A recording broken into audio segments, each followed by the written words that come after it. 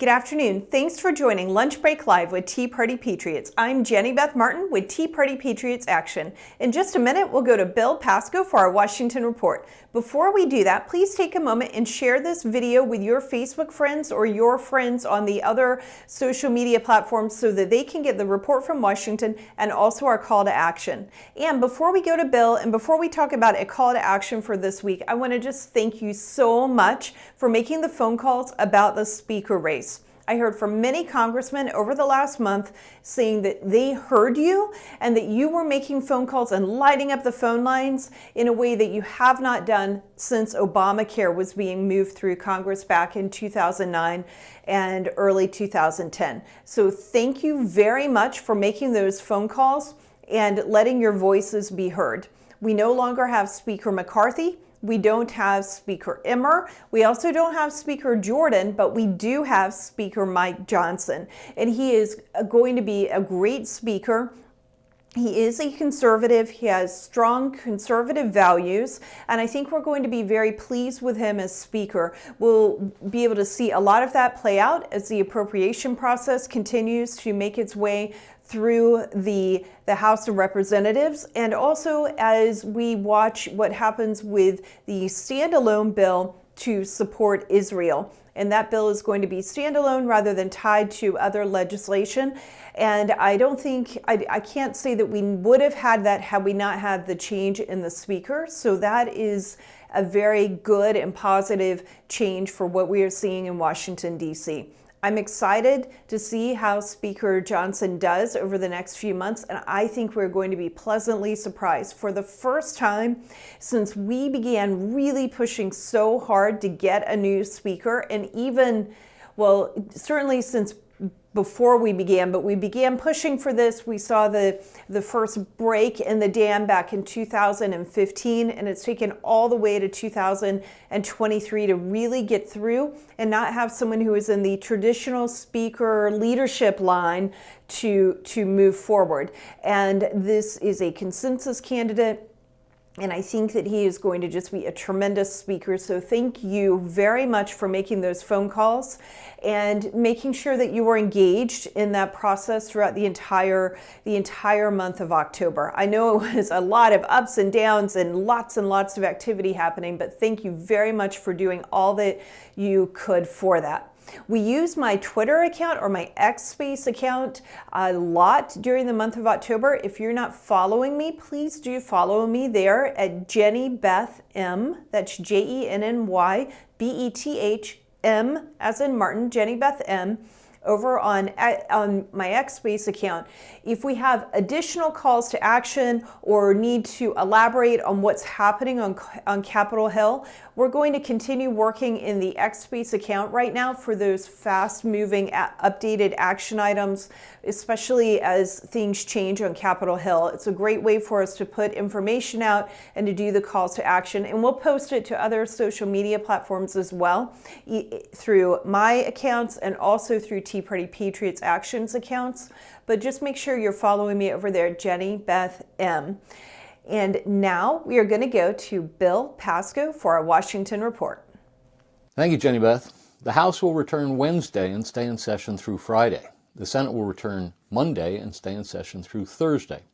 Last week in the House officially came back to work on Wednesday with a vote, successful this time, to elect a speaker. We'll talk more about that in a moment. Then the House took up H-Res 771, a resolution to stand with Israel as it defends itself against the barbaric war launched by Hamas and other terrorists. Under suspension of the rules, the resolution passed by a vote of 412 to 10. On Thursday, the House took up H.R. 4304, the Energy and Water Development Appropriations Act. It dealt with many amendments, 28 of them, and agreed to 3 of them. Then the House voted to pass the bill as amended by a vote of 210 to 199, and then they were done. This week in the House will return Wednesday, with the first vote scheduled for 6:30 p.m. At that time, the House is scheduled to consider 6 bills under suspension of the rules. Each of the bills is related to one aspect or another of what's going on in the Middle East right now. For example, one declares it the policy of the United States that a nuclear Iran is unacceptable. A second urges the European Union to designate Hezbollah as a terrorist organization. On Thursday and Friday, the House is set to consider H.R. 4364, the Legislative Branch Appropriations Act for FY24, H.R. 4821, the Department of the Interior, Environment, and Related Agencies Appropriations Act for FY24, and H.R. 4820, the Transportation, Housing, and Urban Development and Related Agencies Appropriations Act for FY24. In addition, the House may consider H.Res. 773, providing for the expulsion of Representative George Santos from the House of Representatives, H.Res. 807, censuring Representative Rashida Tlaib for anti-Semitic activity, sympathizing with terrorist organizations, and leading an insurrection at the United States Capitol complex, and H.Res. 610, censuring Representative Marjorie Taylor Greene. In addition, the Speaker announced Sunday that the House will take up an as-yet undesignated, standalone emergency supplemental spending bill containing $14.5 billion for Israel. Last week in the Senate returned on Tuesday and voted to invoke cloture on and then to confirm the nomination of Michael G. Whitaker to be Administrator of the Federal Aviation Administration. Then the Senate voted to invoke cloture on the nomination of Jessica Luman to be Administrator of the Wage and Hour Division of the Department of Labor. On Wednesday, the Senate voted to confirm her to that position. Then the Senate took up H.R. 4366, the Military Construction Veterans Affairs Appropriations Act, which will act as the shell for a three-bill minibus that combines the bills for Veterans Affairs, Agriculture, Transportation, and Housing and Urban Development. Majority Leader Schumer had announced earlier in the week that he had reached agreement on a schedule of amendments to be offered, and so the Senate was, after several weeks of dilly-dallying around, finally off to the races on its appropriations bills. First up was an amendment offered by Republican J.D. Vance of Ohio to prohibit funds appropriated for the Department of Transportation for FY24 to be used to enforce a mask mandate in response to the COVID-19 virus. That amendment was agreed to by a vote of 59 to 38. Oklahoma Republican Senator Jim Lankford offered an amendment that would have prevented future government shutdowns by providing for a period of continuing appropriations in the event of a lapse in appropriations under the normal appropriations process, and establishing procedures and consequences in the event of a failure to enact appropriations. That amendment was not agreed to by a vote of 56 to 42. On Thursday, the Senate voted on Kentucky Republican Senator Rand Paul's S.J. Res. 44. That's a joint resolution directing the removal of U.S. armed forces from hostilities in the Republic of Niger that have not been authorized by Congress. The resolution was rejected by a vote of 11 to 86. Then the Senate went back to the minibus appropriations bill and took up an amendment offered by Indiana Republican Mike Braun to prohibit earmarks. The amendment was not agreed to by a vote of 35 to 62. Then the Senate took up a Congressional Review Act resolution of disapproval offered by Kansas Republican Senator Roger Marshall against the rules submitted by the Food and Nutrition Service relating to application of Bostock v. Clayton County to Program Discrimination Complaint Processing Policy Update. In other words, Senator Marshall was trying to block the U.S. Department of Agriculture from retaliating against schools that do not comply with the Biden administration's LGBTQIA+ ideology in schools. The resolution was rejected by a vote of 47 to 50, and then they were done. This week in the Senate will return Monday with the first vote set for 5:30 p.m. At that time, the Senate will proceed to a roll call vote on invoking cloture on the nomination of Matthew James Maddox to be a U.S. District Judge for the District of Maryland. Then, based on the Majority Leader's cloture filings, I'd anticipate a vote on the nomination of Jack Lew to be U.S. Ambassador to Israel. Let's talk about that nomination.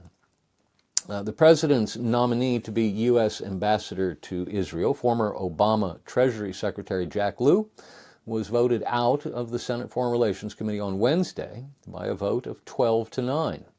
Every Democrat on the committee voted for him, and all but one Republican voted against him. The one Republican who voted to send Liu's nomination to the floor with a favorable recommendation was Kentucky's Rand Paul. Senate Majority Leader Chuck Schumer could schedule the Liu nomination for a Senate floor vote as early as this week. Now to the emergency supplemental.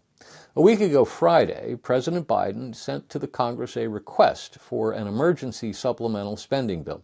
We discussed this briefly last week, but there's been some movement on it, so I want to keep you up to date. The request from Biden was for $106 billion, broken into four main parts. $61 billion for aid to Ukraine, $14 billion for aid to Israel, about $7.5 billion for the Indo-Pacific, that is, Taiwan security, and $14 billion to address the surge of illegal immigration at the southern border. In addition, there's another $10 billion or so in there for humanitarian assistance. The first question is, will the bill go through both House and Senate as one piece of legislation, or will it be split into two or more bills? The Biden White House wants to deal with the entire funding request in one bill. That's because it believes the portion of the bill addressing aid to Israel will be very popular and will likely pass overwhelmingly through both the Democrat-controlled Senate and the Republican-controlled House. And because the Israel aid will pass, the White House wants to send the Ukraine aid along with it and let the Ukraine aid draft in behind the Israel aid like one race car, moving in directly behind the race car in front of him. The one in the back lets the one in the front do all the work, breaking the wind resistance, and saves power while waiting to make his move. The Senate seems likely to try to move the bill as one giant piece of legislation. Both Majority Leader Chuck Schumer and Minority Leader Mitch McConnell have said they'd prefer to do it that way. McConnell told Republican senators at their regular Wednesday lunch meeting that he thought the aid for Israel and Ukraine should stay together because both situations are part of a larger global threat facing U.S. national security interests. But several of the conservatives in the Senate aren't buying and want to break up the bill. Led by Roger Marshall of Kansas, J.D. Vance of Ohio, Mike Lee of Utah, and Ted Cruz of Texas introduced legislation last week that would provide a total of $14.3 billion. That's $10.6 billion in military assistance, $3.5 billion in grants for foreign military sales, and $200 million to help beef up security at U.S. embassies and personnel in Israel and evacuate U.S. citizens from the Middle East. The four argue that splitting off the aid to Israel would prevent the bill from getting bogged down in the House, where a larger group of Republicans oppose continued assistance to Ukraine. My colleagues and I firmly believe that any aid to Israel should not be used as leverage to send tens of billions of dollars to Ukraine, said Marshall. Interestingly, Marshall, Vance, and Lee have all opposed U.S. aid to Ukraine previously, while Cruz has always supported it. Quote, Russia still needs to be defeated. Taiwan still needs to be defended, said Cruz. This bill is about one thing and one thing only, getting our Israeli allies the aid they need as fast as possible. Meanwhile, on the other side of the Capitol dome, the new speaker indicated that he supports continued U.S. assistance to Ukraine, but he recognizes that the majority of his conference wants tighter controls and accountability on the assistance. Speaker Johnson voted against $300 million in military aid for Ukraine when it was voted on as a standalone in September, right before the move to depose Speaker McCarthy. Speaking Thursday night in an interview with Sean Hannity on Fox News Channel, Johnson said, quote, Now, we can't allow Vladimir Putin to prevail in Ukraine because I don't believe it would stop there. And it would probably encourage and empower China to perhaps make a move on Taiwan. We have these concerns. We're not going to abandon them, end quote. But then he added, quote, Our consensus among House Republicans is that we need to bifurcate those issues, end quote. He told Hannity that he delivered that message earlier in the day to White House officials after meeting with Biden. Further, he said, quote, Israel is a separate matter. But here's the thing that distinguishes House Republicans from the other team. We're going to find pay-fors in the budget. We're not just printing money to send it overseas. We're going to fund the cuts elsewhere to do that, end quote. Johnson said House Republicans would move a standalone package of $14.5 billion for Israel. That's slightly more than what the Biden administration has requested. Speaking a few days later on Fox Business's Sunday Morning Futures, Johnson reiterated his commitment to move a separate aid package for Israel and said the House would vote on it on Thursday of this week. The first chamber to pass a funding bill will have an advantage here because the other chamber will then be responding to the chamber that passed a funding bill first. Now let's talk about government spending. Let's not lose sight of the forest for the trees. While Congress's short-term attention is focused on the Biden request for an emergency supplemental spending bill, let's not forget there's also a much larger problem to contend with: the annual appropriations process and the spending bills it generates. The House has now passed 5 of its 12 spending bills and plans to take up another 3 this week. The Senate continues to work on its first minibus, which combines 3 of the 12 spending bills it must pass. Meanwhile, the current continuing resolution will expire on November 17. There is no way the House and Senate will have passed all 12 appropriations bills, gone to conference, hashed out their differences in 12 different conference committees, brought those conference reports to the floor of each House, voted to approve 12 different conference reports, and then gotten President Biden to sign them all into law before midnight on November 17. No way. So, we're going to pass another continuing resolution to keep the government open, or the government will partially shut down for a short period of time. Speaker Johnson reiterated over the weekend his desire to pass a second continuing resolution, lasting until at least January 15 and maybe as late as April 15. Quote, "And the reason for that," he explained, "is it gets us beyond the end of the year push. And oftentimes the Senate tries to jam the House and force an omnibus spending bill. We're not doing that here anymore. We're having single subject bills, and so pushing that into January, I think, would assist us in that endeavor." He continued, "There may be some conditions put on that, perhaps that 1% spending cut across the board instead of becoming effective in April. Maybe we'd make that January 15 to incentivize the Senate to do their work." Stay tuned. Now to the latest on the Trump indictments.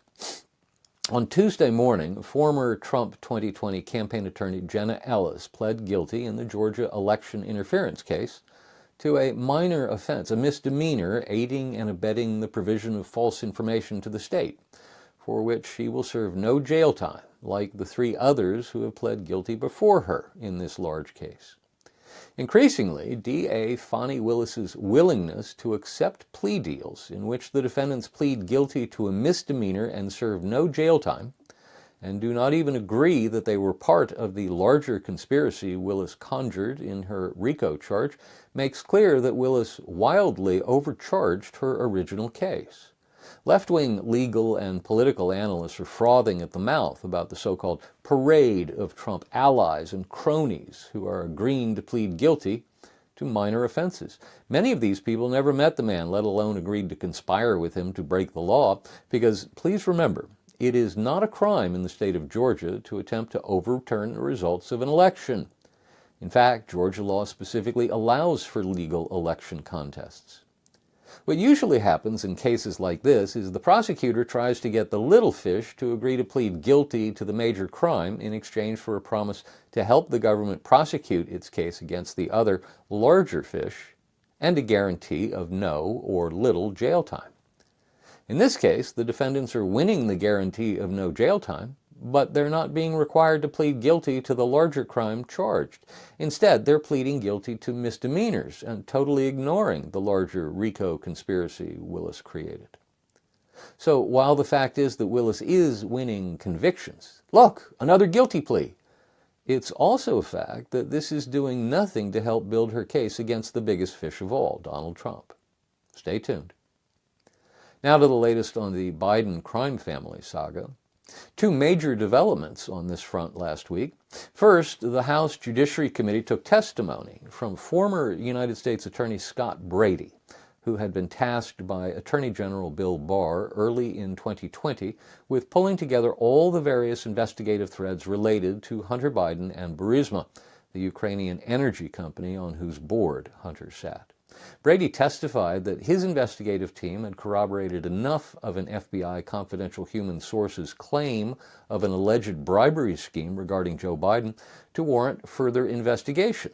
but that he encountered unprecedented delays and what he called reluctance inside both the FBI and the Delaware U.S. Attorney's Office that was simultaneously investigating Hunter Biden. In fact, Brady said the information he developed was significant enough that it was passed to 3 separate U.S. Attorney's offices, including those in Brooklyn and Manhattan, in addition to the one in Delaware. But he ran into resistance in those U.S. Attorney's offices and required him constantly to go back to his superiors at DOJ for assistance navigating those bureaucratic minefields. Brady was also critical of the FBI, noting that the Bureau never told his office that it had Hunter Biden's laptop and had already corroborated its contents as real.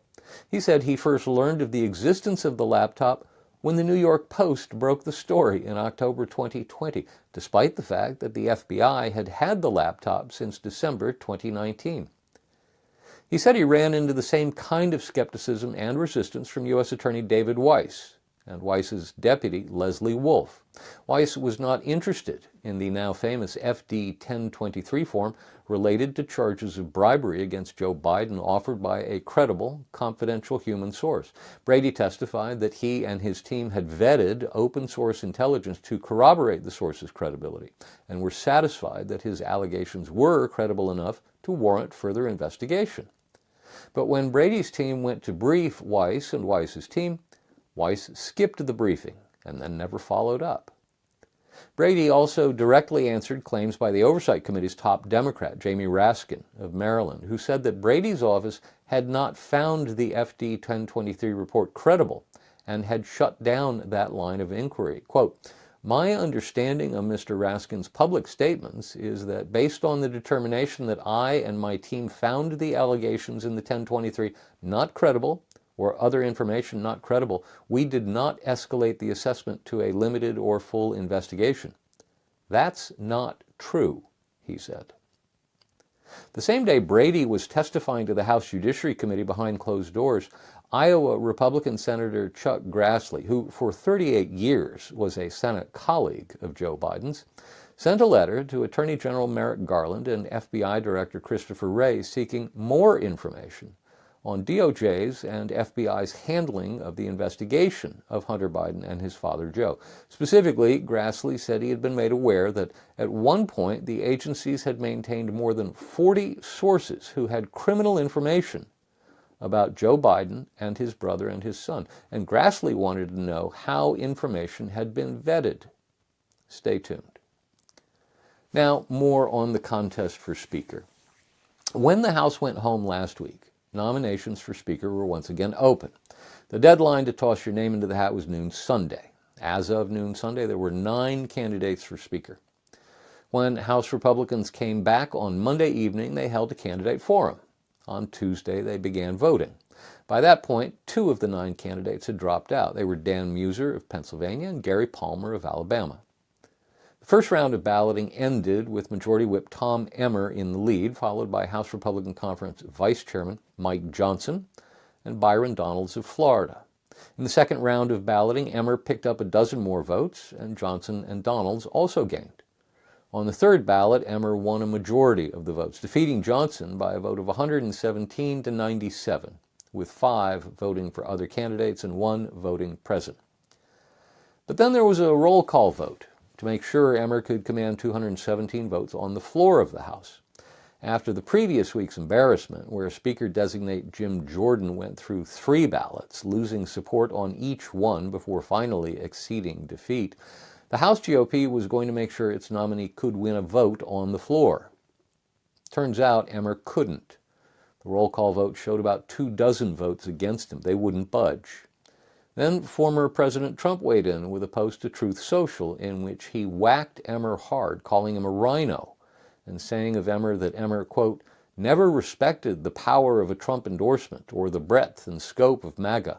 Voting for a globalist rhino like Tom Emmer could be a tragic mistake, end quote. So after a few hours as the Speaker-designate, Emmer conceded defeat and nominations were once again open with a 5:30 p.m. deadline. When the deadline passed, there were 6 candidates in contention. Then things got a bit hinky when former Speaker McCarthy floated a plan that would have him return as Speaker, with Jim Jordan serving as Assistant Speaker, whatever that was. On the first ballot, Mike Johnson was far ahead of Byron Donalds and the other candidates. On the second ballot, Johnson gained more votes while the others remained stuck in place. On the third ballot, Johnson won the nomination with 128 votes. Then there was another roll call vote to confirm Johnson could win 217 votes on the floor. No one voted against him. The contest was sealed, and 3 weeks to the day after Kevin McCarthy was deposed, Mike Johnson was selected to be his replacement. Now to a brief update on 2024. There were 2 significant developments in the 2024 campaign for president last week. On Friday, Minnesota Democrat Congressman Dean Phillips filed paperwork to compete for the Democratic nomination for president in the New Hampshire primary, becoming the first serious intra-party challenger to an incumbent Democrat running for re-election since Ted Kennedy primaried Jimmy Carter in 1980. Other parallels to Jimmy Carter's ill-fated run for re-election are evident as well. Like Carter before him, incumbent Joe Biden launched his presidency with a massive government spending program that led to once-in-a-generation inflation, with consequent low approval ratings on his handling of the economy. Like Carter before him, Biden attacked America's energy production sector and drove the cost of gasoline through the roof. Like Carter before him, Biden weakened America in the eyes of its allies and its adversaries and oversaw a period of American retrenchment abroad. Like Carter before him, Biden had to contend with a major Russian invasion of a neighboring state. Like Carter before him, Biden watched in feeble futility as Islamic terrorists took and held hostage innocent American citizens overseas. I doubt Phillips' campaign against Biden will do as much damage to Biden as Kennedy's did to Carter. For one thing, Biden is not even campaigning in New Hampshire. He was so determined not to be embarrassed by New Hampshire again that he directed the Democratic National Committee to upend a century-old tradition and remove the Granite State from its first-in-the-nation status. Consequently, under the official 2024 DNC calendar of delegate selection contests, South Carolina goes first. But state law in New Hampshire requires that the state hold its primary at least 1 week before any similar event, and New Hampshire state officials intend to comply with that state law. So the New Hampshire primary will go first, and Joe Biden will not compete in it. So even were Phillips to score an upset victory over Biden, it would be discounted by Biden's allies in the mainstream media. Nevertheless, the Phillips challenge will be interesting to watch. According to recent public opinion surveys, significant majorities of Democrat voters believe Biden is too old to serve a second term, and significant majorities of Democrat voters do not want Biden to run for a second term. Phillips could, for a time at least, serve as a vessel for that grassroots frustration. We'll see. On the other side of the aisle, on Saturday, former Vice President Mike Pence announced that it wasn't his time, and he suspended his campaign for the 2024 Republican presidential nomination. Now to The Jenny Beth Show. Episode 37 of The Jenny Beth Show dropped last Wednesday. Featuring Jenny Beth's interview with Connie Hare, it's a real winner of a conversation. Connie is a conservative operative with a career that is decades long. I first worked with Connie almost 20 years ago, back in 2004, on an ill-fated U.S. Senate campaign in Illinois, trying to prevent a then little-known state senator from being elected to the United States Senate. We failed. And 4 years later, that little-known state senator, firmly ensconced in the United States Senate, defeated John McCain for the presidency. Connie now serves as the Louisiana State Director for the State Freedom Caucus Network. Prior to that, Connie served as Chief of Staff to Texas Republican Congressman Louis Gohmert, one of Jenny Beth's all-time favorite rock star congressmen. Not surprisingly, it's a great conversation and a great episode. Highly recommended. And that's our Washington report for this week. Bill, thank you so much for that Washington report. And now for our call to action for the week. We are urging you to call your congressmen and your senators and tell them to support the standalone bill for Israel, for supporting Israel. We want to make sure that that moves through as a standalone piece of legislation that is not tied to a lot of other legislation that seems that it may need to pass, whether it is things that President Biden wants or other Democrats and leftists want. We want this to be just a standalone piece of legislation. We will have a more detailed call to action for that, along with a petition for you to sign to support Israel and to show your support for Israel. We also have a toolkit available if you want to host a rally or a sign waving event supporting Israel. We have a toolkit available for you if you are interested in that. All of these will be posted on teapartypatriots.org. Again, that's teapartypatriots.org. The call to action is not updated just this moment, but it will be updated later today or first thing tomorrow morning. We're still getting back on our feet and getting everything ready to go now that we're done with the speaker race. So we'll have that ready later this afternoon or tomorrow morning. And we've got the toolkit if you want to do a sign waving event locally, along with a petition to sign supporting Israel, and then working specifically to get this legislation, which will support Israel and provide financial support to Israel as well. That should be standalone legislation. So please make phone calls to urge your congressmen and your senators to pass that as standalone legislation. We'll have more details at teapartypatriots.org later this afternoon or tomorrow. And remember, follow me on X at JennyBethM, JennyBethm. And if you have any questions at all for us, please feel free to shoot us an email and we'll answer those questions as quickly as we possibly can. You can email us at jenny.beth, JennyBeth at teapartypatriots.org.